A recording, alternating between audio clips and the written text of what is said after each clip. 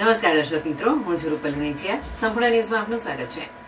અમીરગઢ પોલીસે હરિયાણા રાજ્યમાં ચોરી કરીને ગુજરાતમાં પ્રવેશી રહેલા ભાવનગર જિલ્લાના 2 શખ્સોને ઝડપી પાડી તેમની પાસેથી ₹5,07,069 નો મુદ્દામાલ કબજે કર્યો છે. પોલીસે હરિયાણા પોલીસનો સંપર્ક કરી બંને આરોપીઓને કાયદેસરની કાર્યવાહી માટે રેવાડી પોલીસને સોંપ્યા છે.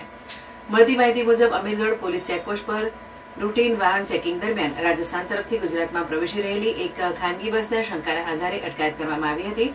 બસમાં તપાસ દરમિયાન એક સ્લીપર સીટ પર બેઠેલા 2 શખ્સોના થેલામાંથી ₹3 લાખની રોકડ રકમ અને 923 ગ્રામ ચાંદીના સિક્કા મળી આવ્યા હતા. ચાંદીના દાગીના મળી આવ્યા હતા. પોલીસે બંને શખ્સોની પૂછપરછ કરતા તેઓ રોકડ અને દાગીના અંગે સંતોષકારક જવાબ આપી શક્યા ન હતા.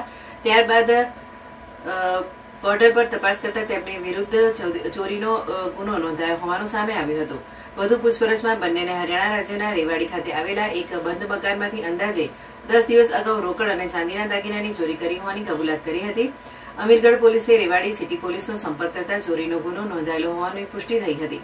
પોલીસે બંને આરોપીઓ પાસેથી ₹3 લાખની રોકડ, ₹2,03,060 ની કિંમતના 923 ગ્રામ ચાંદીના દાગીના તેમજ 4,000 નો મોબાઈલ ફોન મળી કુલ ₹5,07,069 નો મુદ્દામાલ કબજે કર્યો હતો.